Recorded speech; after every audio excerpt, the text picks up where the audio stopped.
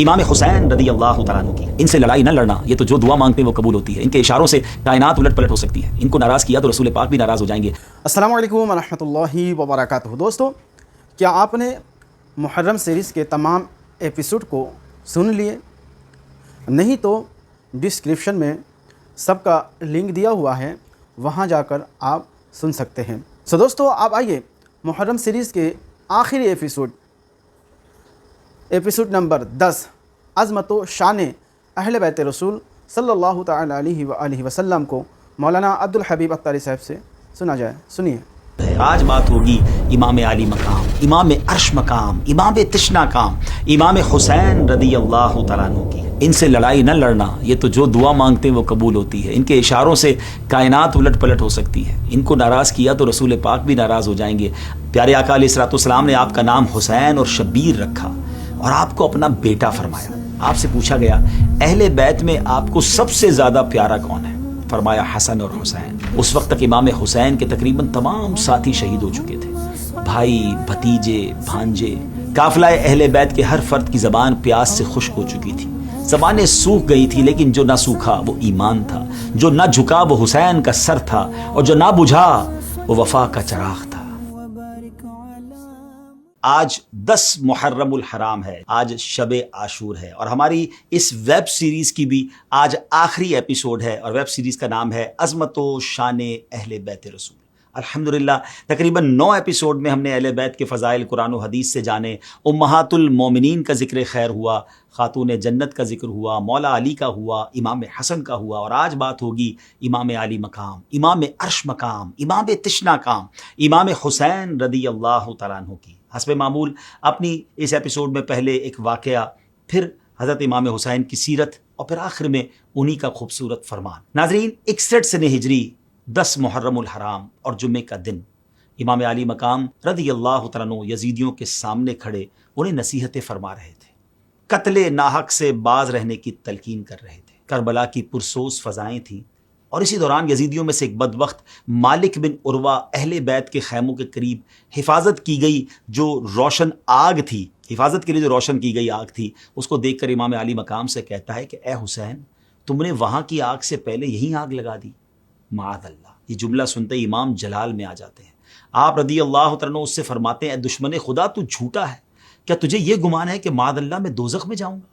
امام علی مقام کے قافلے کے ایک جانثار حضرت مسلم بن اوسجا، آپ رضی اللہ تعالیٰ عنہ امام علی مقام سے اس بدبخت کے منہ پر تیر مارنے کی اجازت طلب کرتے ہیں۔ امام علی مقام یہ کہتے ہوئے منع فرماتے ہیں کہ نہیں، حملے کا آغاز ہماری طرف سے نہیں ہونا چاہیے، اس بدبخت پر ہتھیار اٹھانے سے آپ نے منع کیا۔ لیکن امام کو تکلیف بڑی پہنچی تھی، آپ فزیکل ہتھیار اٹھانے کی اجازت تو آپ نے نہ دی، مگر خود ایک ہتھیار استعمال کیا، اور وہ کون سا ہتھیار ہے؟ وہ ہتھیار ہے جو ایک مومن کا سب سے پاورفل ہتھیار ہے، وہ ہے دعا۔ نبی پاک نے فرمایا نا، الدعاء سلاح المومن، دعا مومن کا ہتھیار ہے۔ تو آپ رضی اللہ تعالیٰ عنہ اپنے رب کی بارگاہ میں دعا کے لیے ہاتھ اٹھاتے ہیں اور مالک سے عرض کرتے ہیں، اے رب قہار، اس شریر کو جہنم کے عذاب سے قبل بھی اس دنیا میں آگ کے عذاب میں مبتلا فرما۔ ناظرین، ہاتھ ابھی دعا سے نیچے نہیں ہوئے تھے کہ حسین کے رب نے ان کی پکار سن لی رضی اللہ تعالیٰ عنہ۔ فوراً آپ کی دعا قبول ہوئی، اور اس گستاخ کے گھوڑے کا پاؤں زمین کے ایک کھڈے پر پڑا، ایک ایسی جگہ تھی جہاں پر پاؤں اس کا پڑ گیا، اور گھوڑے کو ایک زوردار سے جھٹکا لگا، اور جھٹکا لگنے سے وہ بے ادب و گستاخ یزیدی گھوڑے سے نیچے گر گیا، اس کا پاؤں رکاب میں الجھ گیا، گھوڑا اسے گھسیٹتا ہوا دوڑا، بالآخر اسے آگ کی خندق میں ڈال دیا، اور وہ بدنصیب آگ میں جل کر بھسم ہو گیا۔ یہ دیکھ کر امام علی مقام رضی اللہ تعالیٰ عنہ نے سجدہ شکر ادا کیا، اور اللہ پاک کی حمد کی، اور بارگاہ الہی میں عرض کی، یا اللہ تیرا شکر ہے کہ تو نے آل رسول کے گستاخ کو سزا دی۔ اللہ کی بارگاہ میں یہ مقام ہے، کربلا میں اپنا سب کچھ قربان کرنے والے اپنے حبیب کے نواسے ہمارے امام علی مقام، امام حسین رضی اللہ تعالیٰ عنہ کا۔ ناظرین، مگر یہاں ایک اور بات بھی سمجھنے والی ہے کہ یہ ایک نہیں، اور بھی کئی کرامتیں تھیں جو 10 محرم کو عاشورہ کے دن کربلا کے میدان میں امام حسین نے یوں سمجھیے کہ یزیدیوں کے سامنے پیش فرمائی۔ مگر کہتے ہیں نا، جس کے دل پہ مہر ہو، یہ تمام باتیں تو واضح اعلان کر رہی تھی کہ ان سے لڑائی نہ لڑنا، یہ تو جو دعا مانگتے ہیں وہ قبول ہوتی ہے، ان کے اشاروں سے کائنات الٹ پلٹ ہو سکتی ہے، ان کو ناراض کیا تو رسول پاک بھی ناراض ہو جائیں گے، اللہ بھی ناراض ہو جائے گا۔ مگر ان یزیدیوں کی آنکھوں پر ایک ایسا لالچ کا پردہ تھا کہ سب کچھ انہیں نظر نہ آیا۔ آئیے اب امام حسین رضی اللہ تعالیٰ عنہ کا کچھ ذکر خیر اور آپ کا تعارف مزید سنتے ہیں۔ امام علی مقام امام حسین رضی اللہ تعالیٰ عنہ کی کنیت ابو عبداللہ اور القاب سبط رسول اللہ اور ریحانۃ الرسول یعنی رسول کے پھول ہیں۔ آپ رضی اللہ تعالیٰ عنہ کی ولادت ہجرت کے چوتھے سال 5 شعبان المعظم کو مدینہ منورہ میں ہوئی۔ پیارے آقا نے آپ رضی اللہ تعالیٰ عنہ کے کان میں اذان دی اور آپ کو گھٹی عطا فرماتے ہوئے اپنی دعاؤں سے نوازا۔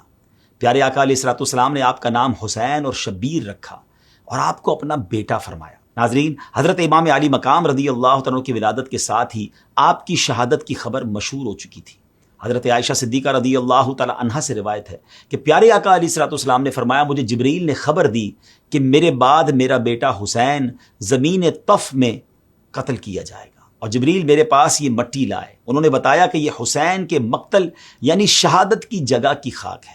ناظرین، طف کوفہ کے قریب اس جگہ کا نام ہے جس کو کربلا کہا جاتا ہے۔ پیارے آقا نے یہ بھی فرمایا کہ حسین ابن علی کو 60 ہجری کے اختتام پر شہید کر دیا جائے گا۔ اس حدیث مبارکہ میں نبی کریم علیہ الصلوۃ والسلام نے نہ صرف امام حسین رضی اللہ تعالیٰ عنہ کی شہادت کی جگہ بتائی بلکہ یہ بھی ارشاد فرما دیا کہ یہ عراق کا میدان کربلا ہوگا۔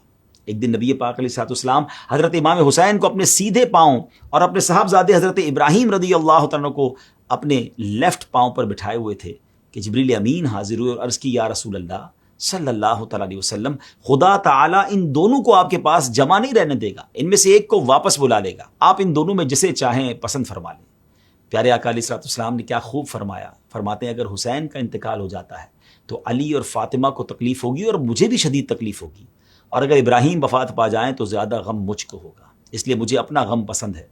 ناظرین، اس واقعے کے 3 روز بعد پیارے آقا علیہ الصلوۃ والسلام کے شہزادے حضرت ابراہیم رضی اللہ تعالیٰ عنہ وفات پا گئے۔ اس کے بعد جب بھی امام حسین نبی پاک کی خدمت میں آتے تو حضور مرحبا فرماتے اور ان کی پیشانی کو بوسہ دیتے اور لوگوں سے فرماتے کہ میں نے حسین پر اپنے بیٹے ابراہیم کو قربان کر دیا ہے۔ حضرت امام حسین کے فضائل بہت ساری حدیثوں میں بیان کیے گئے۔ نبی پاک نے فرمایا، حسین مجھ سے ہے اور میں حسین سے ہوں۔ ایک دفعہ پیارے آقا علیہ الصلوۃ والسلام مسجد میں تشریف لائے تو فرمایا، چھوٹا بچہ کہاں ہے؟ حضرت امام حسین دوڑتے ہوئے آئے تو حضور کی گود میں آ کر بیٹھ گئے، اپنی انگلیاں آپ کی داڑھی مبارک میں داخل کر دی۔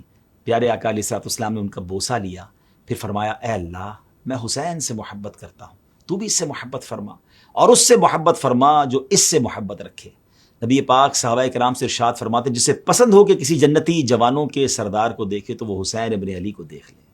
پیارے آقا حسنین کریمین کو پھول کی طرح سونگتے تھے اور سینہ مبارکہ سے لپٹاتے تھے۔ آپ سے پوچھا گیا، اہل بیت میں آپ کو سب سے زیادہ پیارا کون ہے؟ فرمایا، حسن اور حسین۔ فرمایا، حسین مجھ سے ہیں اور میں حسین سے ہوں۔ اللہ پاک اس سے محبت فرماتا ہے، اور جو حسین سے محبت کرتا ہے، حسین اسبات میں سے ایک سبط ہیں۔ ناظرین، سبط اس درخت کو کہتے ہیں جس کی جڑ ایک ہو اور شاخیں بہت۔ علماء فرماتے ہیں کہ پیارے آقا علیہ الصلوۃ والسلام نے امام حسین رضی اللہ تعالیٰ کو سبط فرمایا، اس میں اشارہ تھا کہ میرے حسین سے میری نسل چلے گی اور ان کی اولاد سے مشرق و مغرب بھر جائے گی۔ آج دیکھ لیا جائے، سادات کرام، مشرق و مغرب پوری دنیا میں ہے، اور یہ بھی کہ حسنی سید تھوڑے ہیں اور حسینی سید بہت زیادہ ہے۔ یہ دراصل پیارے آقا علیہ الصلوۃ والسلام کے فرمان عالی شان کا ظہور ہے۔ مولا علی شیر خدا کے فرمان کے مطابق حضرت امام حسن رضی اللہ تعالیٰ کی شکل مبارک سر سے سینے تک پیارے آقا علیہ الصلوۃ والسلام سے مشابہ تھی، اور امام علی مقام امام حسین رضی اللہ تعالیٰ سینے سے پاؤں کے ناخن مبارک تک نبی پاک علیہ الصلوۃ والسلام کے سراپے سے ملتے تھے۔ اعلیٰ حضرت امام اہل سنت کا وہ شعر یاد آ گیا، ایک سینے تک مشابہ، ایک وہاں سے پاؤں تک، حسن سبتین ان کے جاموں میں ہے نیما نور کا۔ ناظرین، آپ رضی اللہ تعالیٰ بہت زیادہ عبادت کیا کرتے تھے۔ آپ نے تقریباً 25 حج پیدل فرمائے۔ روزہ، صدقہ و خیرات اور دوسرے نیک کام آپ کی زندگی کا حصہ تھے۔ آپ نماز سے بھی بڑی محبت فرماتے تھے۔ آپ کے صاحبزادے حضرت امام زین العابدین رضی اللہ تعالیٰ عنہ فرمایا کرتے کہ میرے والد گرامی امام حسین رضی اللہ تعالیٰ عنہ دن اور رات میں 1000 رکعت نوافل ادا فرمایا کرتے تھے۔ اب ذرا غور کریں ناظرین، جنتی نوجوانوں کے سردار ہیں، نبی پاک سے ایسا قرب حاصل ہے، مگر پھر بھی نوافل کا شوق ہے۔ ہمارے گناہ ہی ختم نہیں ہوتے، ہماری خطاؤں کا بار سر پر ہے، مگر یہاں لوگ فرض بھی نہیں پڑھتے، سنتیں بھی نہیں پڑھتے، واجب نہیں پڑھتے، نفل تو دور کی بات ہے۔ اللہ کرے کہ ہمیں نمازوں کے ساتھ ساتھ نفل نماز سے بھی محبت ہو جائے۔ ناظرین، 10 محرم کی رات ہے۔ آپ رضی اللہ تعالیٰ عنہ اپنے پیارے بھائی جان حضرت عباس علم بردار رضی اللہ تعالیٰ سے فرماتے ہیں، بھائی جان، کسی طرح یہ لڑائی کل تک ڈیلے ہو سکتی ہے. اب ذرا غور کریں یہ ڈیلے کیوں مانگا جا رہا تھا, ایک دن کا اسٹے کیوں مانگا جا رہا تھا؟ اس لیے نہیں کہ فیملی کے ساتھ رات گزارنی ہے, کچھ وصیتیں کرنی ہے, کچھ مزید پلاننگ کرنی ہے. وجہ کیا تھی؟ کہتے ہیں آج کی رات ہمیں اللہ پاک کی عبادت کے لیے مل جائے. اللہ قریب خوب جانتا ہے کہ مجھے نماز, تلاوت قرآن اور کثرت کے ساتھ دعا مانگنا اور استغفار کرنا بہت پسند ہے. ذرا سوچے تو, بیوی بچے سب بھوکے پیاسے ہیں. معلوم ہے کہ یزیدی کتنے بدبخت ہیں, کیسے بد اخلاق, اور دشمن کی طرف سے رحم کی کوئی امید نہیں ہے. اور فکر اور خواہش کس چیز کی ہے کہ ایک رات اور مل جائے نماز کے لیے, عبادت کے لیے, مالک سے تعلق اور بڑھ جائے. اب ذرا غور کریں کہ یہ کیا کمال کی ہستی ہے اور کیسا ان کا عبادت کا شوق تھا. ناظرین, آپ رضی اللہ تعالیٰ اپنے نانا جان, اپنے والد اور بڑے بھائی کی طرح سخاوت میں بے مثال تھے. اللہ کی بارگاہ میں بانٹنا سیکھنا ہونا تو کوئی اس گھرانے سے سیکھے. شعر ہے نا کہ جو تم سے نہ مانگوں تو پھر کس سے مانگوں, تمہارا تو سارا گھرانہ سخی ہے. ایک مرتبہ ایک فقیر مدینہ پاک کی گلیوں سے ہوتا ہوا آپ کے مکان پر پہنچا اور اس نے دروازے پر دستک دی اور اشعار کی صورت میں کہا, جس نے آپ سے امید رکھی اور جس نے آپ کے دروازے پر دستک دی وہ کبھی نا امید نہیں ہوا. آپ صاحب جود و کرم بلکہ جود و سخاوت کے چشمے ہیں. اور جب یہ باتیں کہہ رہا تھا اس وقت آپ رضی اللہ تعالیٰ گھر میں ہی نماز میں مشغول تھے. نماز ادا فرما کر آپ دروازے پر تشریف لائے تو دیکھا سامنے ایک دیہاتی کھڑا ہے جس کی شکل غربت اور بھوک کا اعلان کر رہی تھی. آپ نے اپنے غلام سے فرمایا ہمارے خرچ میں سے کتنا مال بچا ہوا ہے؟ عرض کی حضور 200 درہم ہے جو آپ کے حکم کے مطابق آپ کے اہل خانہ پر خرچ کرنے ہیں. آپ نے فرمایا جاؤ سب لے آؤ, کیونکہ وہ شخص آیا ہے جو میرے گھر والوں سے زیادہ ان درہموں کا حقدار ہے. چنانچہ پھر آپ نے اپنے گھر والوں کے خرچ کے لیے رکھے گئے وہ سارے درہم اس فقیر کو دے دیے. صرف یہ نہیں کہ یہ درہم آپ نے اس فقیر کو دیے, فرمائے یہ لے لو اور ان کے کم ہونے پر میں تم سے معافی چاہتا ہوں. ہمیں ہر حال میں مہربانی ہی کا حکم ہے, یہ کم ہے اور اگر اور زیادہ ہوتے تو وہ بھی تمہیں دے دیتا. فقیر نے درہم لیے, آپ کو دعائیں دیتا ہوا, تعریفیں کرتا ہوا خوشی خوشی وہاں سے رخصت ہو. اس طرح ایک مرتبہ آپ رضی اللہ تعالیٰ کی سواری کا گزر چند مساکین کے پاس سے ہوا. وہ بچے کھچے روٹیوں کے ٹکڑے کھا رہے تھے. آپ نے انہیں سلام کیا. مساکین نے سلام کا جواب دینے کے بعد آپ کو کھانے کی دعوت دی. جواب میں آپ رضی اللہ تعالیٰ نے 20ویں پارے میں سورہ قصص کی آیت نمبر 83 کا ایک حصہ تلاوت فرمایا, جس کا ترجمہ یہ ہے کہ جو زمین میں تکبر نہیں چاہتے اور نہ فساد. آیت تلاوت کر کے امام حسین اپنی سواری سے نیچے آ گئے اور ان کے ساتھ بیٹھ گئے کھانے کے لیے. جب کھانا تناول فرمایا تو اس کے بعد آپ نے ان مساکین سے ارشاد فرمایا میں نے تمہاری دعوت قبول کی, اب تم نے میری دعوت قبول کرنی ہے. پھر آپ نے ان کے لیے سواری کا انتظام کیا, گھر لائے, کھانا کھلایا, کپڑے دیے, درہم عطا فرمائے. یعنی ان کو بس ماشاءاللہ جس کو کہتے ہیں نا کہ باغ و بہار کر دیا. آپ رضی اللہ تعالیٰ عنہ نے حسن سلوک کے اسباق اپنے نانا جان سے پڑھے تھے نا. ایک مرتبہ عصام بن مستلق نامی شخص جو کہ مولا علی شیر خدا کرم اللہ تعالیٰ وجہ الکریم سے بغض رکھتا تھا, یہ ایک مرتبہ امام علی مقام امام حسین کے سامنے آپ کو اور مولا علی کو برا بھلا کہنے لگا. آپ نے اس کو جھڑکنے یا جوابی کارروائی کرنے کے بجائے اعوذ باللہ اور بسم اللہ پڑھنے کے بعد قرآن پاک کی سورہ آراف سے چند آیت مبارکہ تلاوت فرمائیں, جن کا ترجمہ یہ ہے اے محبوب معاف کرنا اختیار کرو اور بھلائی کا حکم دو اور جاہلوں سے منہ پھیر لو, اور اے سننے والے اگر شیطان کی طرف سے کوئی وسوسہ تجھے ابھارے تو اللہ کی پناہ مانگ, بے شک وہی سنتا جانتا ہے. بے شک وہ جو ڈر والے ہیں جب انہیں کسی شیطانی خیال کی ٹھیس لگتی ہے تو وہ ہوشیار ہو جاتے ہیں, اسی وقت ان کی آنکھیں کھل جاتی ہیں. آیات تلاوت فرمانے کے بعد آپ نے اس سے فرمایا اپنے اوپر بوجھ ہلکا رکھ اور میں اللہ سے تیرے لیے اور اپنے لیے مغفرت کا سوال کرتا ہوں. اس کے علاوہ آپ رضی اللہ تعالیٰ عنہ نے اس کے ساتھ اس قدر عفو و درگزر, نرمی و خوش اخلاقی سے انداز اختیار کیا کہ اس شخص کی دشمنی ایک دم محبت میں تبدیل ہو گئی اور وہ کہنے پر مجبور ہو گیا کہ روئے زمین پر امام حسین رضی اللہ تعالیٰ عنہ اور ان کے ابو جان حضرت علی سے زیادہ میرے نزدیک کوئی محبوب نہیں. ناظرین, یہ وہ انداز ہے جو مجھے اور آپ کو سیکھنا ہے. دشمن کو دوست بنایا جا سکتا ہے, دشمنی کے ذریعے نہیں, حسن اخلاق کے ذریعے, معافی اور درگزر کے ذریعے, اچھی تدبیر اور احسان کے ذریعے.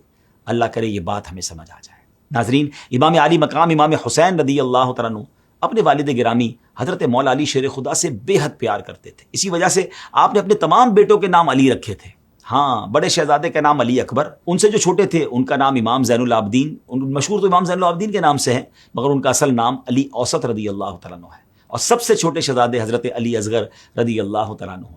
امام زین العابدین کے علاوہ آپ کے دونوں شہزادے اپنے ابو جان امام علی مقام کے ساتھ میدان کربلا میں شہید ہو گئے تھے. علی اکبر بھی بھری جوانی میں شہید ہو گئے اور علی اصغر بالکل چھوٹے سے تھے, دودھ پیتے تھے, وہ بھی شہید ہو گئے. ناظرین, حضرت امیر معاویہ رضی اللہ تعالیٰ عنہ کی وفات کے بعد یزید خلیفہ بنتا ہے اور چاہتا ہے کہ سب اس کی خلافت کو تسلیم کریں. سوچتا ہے کہ امام علی مقام امام حسین اگر اس کے ہاتھ پر بیعت کر لیں تو یہ اس کے اہل ہونے کی سند ہو جائے گی اور پھر دوسروں کے لیے اعتراض کا راستہ بند ہو جائے گا. سو امام علی مقام سے بیعت کا مطالبہ کیا جاتا ہے. اب یہ کیسے ممکن تھا کہ پیارے آقا علیہ الصلوۃ والسلام کے نواسے ہو کر، مولا علی شیر خدا کے شہزادے ہو کر اس بدبخت و ظالم فاسق و فاجر کے ہاتھ پر بیعت ہو جاتے؟ آپ منع فرما دیتے ہیں. ساتھ ہی کوفیوں کی طرف سے آپ کے پاس ہزاروں خط آتے ہیں کہ آپ یہاں تشریف لائیں، ہم آپ کے ہاتھ پر بیعت کرنا چاہتے ہیں. ہم یزید جیسے ظالم اور نااہل شخص کو خلافت کا حقدار نہیں سمجھتے. آپ حضرت مسلم بن عقیل رضی اللہ تعالیٰ عنہ کو حالات معلوم کرنے کے لیے بھیجتے ہیں. کوفی امام مسلم کے ساتھ بڑے اچھے طریقے سے پیش آتے ہیں. یہ دیکھ کر آپ رضی اللہ تعالیٰ عنہ امام کو پیغام بھیج دیتے ہیں کہ یہ اپنے دعووں میں سچے ہیں، میری بھی بیعت کر لی ہے، آپ بھی تشریف لے آئیں. خط روانہ ہوتا ہے اور یہاں پیچھے سے یزید ابن زیاد کو کوفہ بھیج دیتا ہے. کوفہ والے ابن زیاد اور یزید کے ظلم سے ڈر کر امام مسلم کا ساتھ چھوڑ دیتے ہیں اور آپ رضی اللہ تعالیٰ عنہ یزیدیوں کے سامنے بالکل تنہا رہ جاتے ہیں. پھر بالآخر آپ رضی اللہ تعالیٰ عنہ یعنی امام مسلم بے دردی سے شہید کر دیے جاتے ہیں. امام علی مقام اپنے اہل بیت کو ساتھ لے کر اب کوفہ کے لیے روانہ ہوتے ہیں. بیچ راستے ہی میں آپ کے قافلے کو روک لیا جاتا ہے، پھیر دیا جاتا ہے اور آپ کی آخری منزل کربلا کی طرف پھیر دیا جاتا ہے. پھر بالآخر 10 محرم الحرام کا سورج طلوع ہوتا ہے. آسمان غم سے بھرا ہوا تھا، زمین پر سکوت طاری تھا اور فضاؤں میں ایک الگ ہی خاموشی چھائی ہوئی تھی. 61 ہجری کا یہ دن تاریخ انسانیت کا وہ دن بننے جا رہا تھا جسے قیامت تک بھلایا نہیں جا سکے گا. یہ وہ دن تھا جب حق اور باطل کا فرق واضح ہونے والا تھا، جب ظلم کے خلاف سر بلند کرنے والے قافلے کا آخری امتحان شروع ہونے والا تھا. امام علی مقام امام حسین رضی اللہ تعالیٰ عنہ اپنے خیمے سے باہر تشریف لاتے ہیں. اس وقت تک امام حسین کے تقریباً تمام ساتھی شہید ہو چکے تھے، بھائی، بھتیجے، بھانجے، عزیز، حتیٰ کہ اپنے چھوٹے ننھے بیٹے علی اصغر کو بھی تیر کی نوک پر قربان کر چکے تھے. مگر زبان پر شکایت کا ایک لفظ بھی نہیں تھا، دل میں کوئی شکوہ نہیں. ان کی نظریں صرف ایک مقام پر جمی ہوئی تھی اور وہ تھی رضا الہی. یزید کے سپاہی ہزاروں کی تعداد میں تھے، پانی پر قابض تھے، لیکن امام حسین اور ان کا قافلہ 3 دن سے پیاسا تھا. قافلہ اہل بیت کے ہر فرد کی زبان پیاس سے خشک ہو چکی تھی. زبانیں سوکھ گئی تھی، لیکن جو نہ سوکھا وہ ایمان تھا، جو نہ جھکا وہ حسین کا سر تھا، اور جو نہ بجھا وہ وفا کا چراغ تھا. امام حسین رضی اللہ تعالیٰ عنہ نے اپنے قافلے والوں کو آخری سلام کیا، ان سے رخصت لی اور تنہا میدان میں اترے. دلیری کے ساتھ، بہادری سے خدا کے دشمنوں کا مقابلہ کیا. مقابلے میں جو آتا واپس نہ جاتا. یزیدی پریشان ہو گئے کہ ان کا مقابلہ کیسے کیا جائے، اس طرح تو یہ پورے کا پورا لشکر موت کے گھاٹ اتار دیں گے. پھر بالآخر ایک ہی حل سمجھ آیا. یزیدی فوج کے سپاہیوں نے چاروں طرف سے آپ کو گھیر لیا. سب نے مل کر ایک ساتھ تیر برسائے، نیزے مارے، تلواریں چلائیں، مگر وہ وفا کا علم بردار اپنی جگہ ڈٹا رہا. زخموں سے چور بدن، پیاس سے خشک ہونٹ، لیکن زبان پر اللہ کا ذکر جاری تھا. ناظرین، اتنی تکلیف، اتنے شدید زخموں کے باوجود امام حسین یزیدیوں کے سامنے جھکے نہیں. ہاں، جب امتحان کا وقت مکمل ہو گیا تو اب سر جھکتا ہے پر یزیدیوں کے سامنے نہیں، اپنے رب کے آگے سجدے میں جاتا ہے. پھر اسی حالت میں وہ سر جسے نبی کریم علیہ الصلوۃ والسلام نے چوما تھا، جو فاطمہ الزہرا کی گود میں پلا تھا، جو علی المرتضیٰ کے بازوؤں میں پروان چڑھا تھا، وہ حسین کے جسم سے جدا کر دیا جاتا ہے اور نیزے پر بلند کر دیا جاتا ہے. دل سوچتا ہے، کیا کسی ماں نے ایسا بیٹا پیدا کیا ہوگا؟ کیا کسی نانا نے ایسا نواسا دیکھا ہوگا؟ کیا کسی دین کے لیے ایسا کوئی نذرانہ پیش کیا گیا ہوگا؟ ہرگز نہیں، ہرگز نہیں. یہ امام حسین کا ہی حصہ تھا. ناظرین، امام حسین نے میدان کربلا میں اپنے خون سے دین اسلام کو نئی زندگی دی. ان کے لہو سے وفا کی نئی تاریخ رقم ہوئی.